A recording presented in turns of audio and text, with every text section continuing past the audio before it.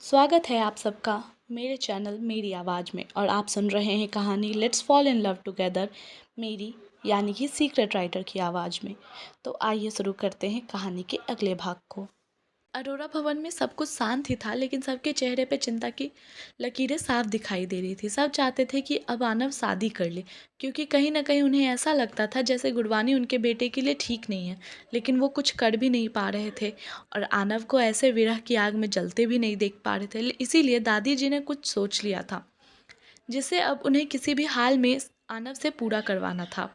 यही सब बात उनके दिमाग में चल रही थी, तभी दादू जी आकर उनके पास बैठ गए और बोले, क्या सोच रही हैं? उनकी बात सुनकर दादी जी बोली, साहब, क्या दुनिया में कोई भी लड़की ऐसी नहीं है जो हमारे बच्चे को वापस पुराने जैसा बना दे, जो उसकी नादानियाँ लौटा दे?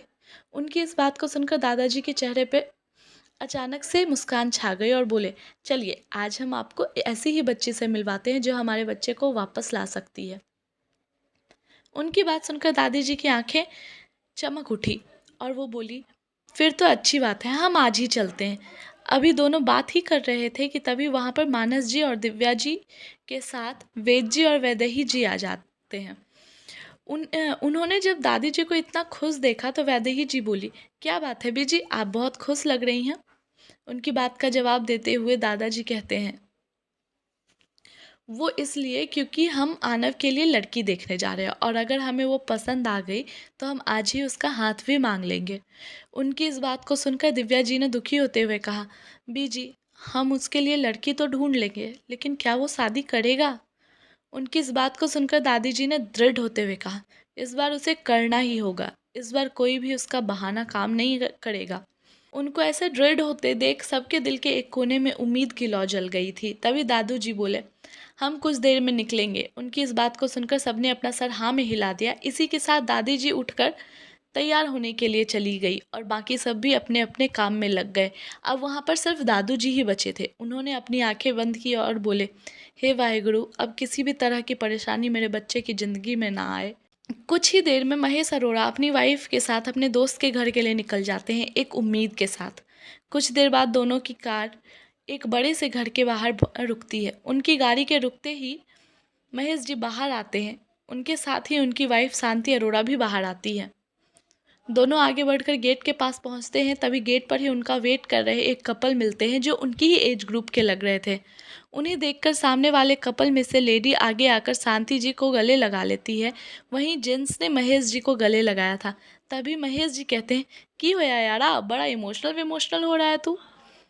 उनकी इस बात को सुनकर सामने वाला इंसान कहता है, तू तो चुप ही रह, कितने दिनों बाद तेनू फुर्सत मिली है मिलने की।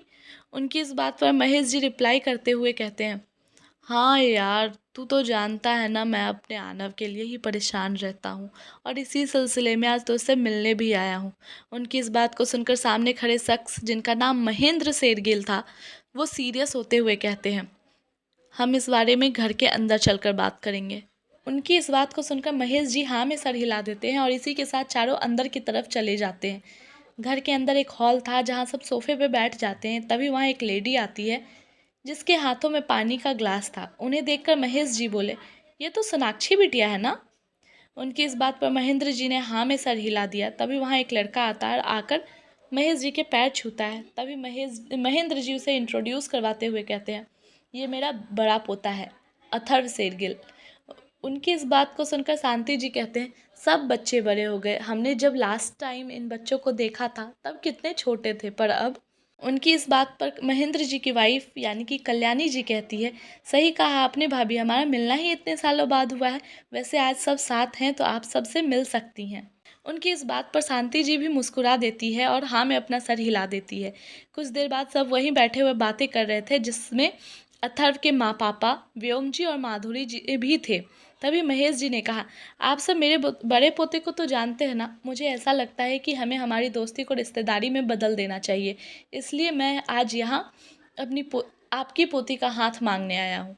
उनकी इस बात को सुनकर सब खुश हो जाते हैं, क्योंकि सभी महेश जी के परिवार के लोगों से परिचित थे। तभी अथर्व कहता है, लेकिन दादू जी, मुझे ऐसा लगता है कि हमें त्रिशी से इस बारे में बात करनी चाहिए, तभी किसी डिसीजन पर पहुंचना चाहिए। उसकी इस बात से सब सहमत होते हैं। तभी शांति जी कहती है, आप फिक्र मत कीजिए बेटा, हम इन पर कोई दबाव नहीं डालना चाहते। अगर उनकी मर्जी होगी तभी हम इस रिश्ते को आगे बढ़ाएंगे। उनकी इस बात को सुनकर अथर्व बहुत ही सेटिस्फाइड नजर आ रहा था। तभी कृष्णा अपने कमरे से भागते हुए बाहर आई और बोलना शुरू किया, सॉरी सॉरी सॉरी, वो हम थोड़ा सा लेट हो गए, पर इसमें मेरी कोई गलती नहीं है। सारा कसूर ना वीर जी का है, उन्होंने हमें लेट से जगाया। उसकी इस बात पर सब हंस देते हैं तो तृष्णा अपने सामने बैठे महेश जी और शांति जी को देखकर कहती है, क्या आप ही दादू जी के दोस्त हो? उसके इस सवाल का जवाब देते हुए महेश जी कहते हैं, हाँ, मैं ही आपके दादू जी का दोस्त हूँ। आप आइए और यहाँ बैठिए। उनकी इस बात को सुनकर तृष्णा जाके उनके पास बैठ जाती है तो महेश जी कहते हैं, बेटा, क्या मैं आपसे कुछ पूछ सकता हूँ? उनकी इस बात को सुनकर तृष्णा कहती है, क्यों नहीं दादू जी, आप तो मेरे दादू जी के दोस्त हैं, तो आप चाहें तो कुछ भी पूछ सकते हैं। उसकी इस बात को सुनकर महेश जी कहते हैं, बेटा, हम चाहते हैं कि आप हमारे पोते की बहू बने।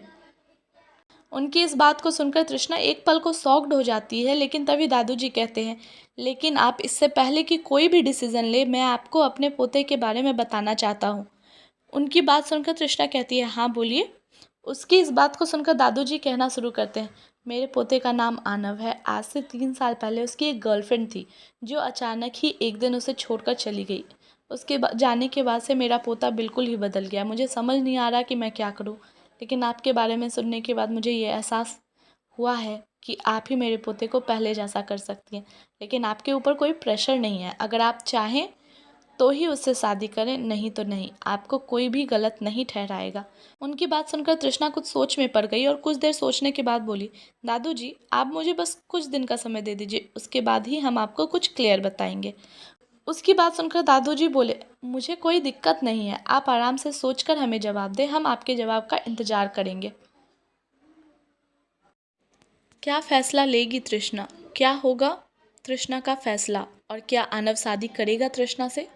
इस बात को जानने के लिए बने रहे मेरे साथ और आगे के एपिसोड के लिए सब्सक्राइब करें। और अगर आज का पार्ट अच्छा लगा हो तो लाइक करें, शेयर करें और साथ ही साथ कमेंट भी करें। धन्यवाद।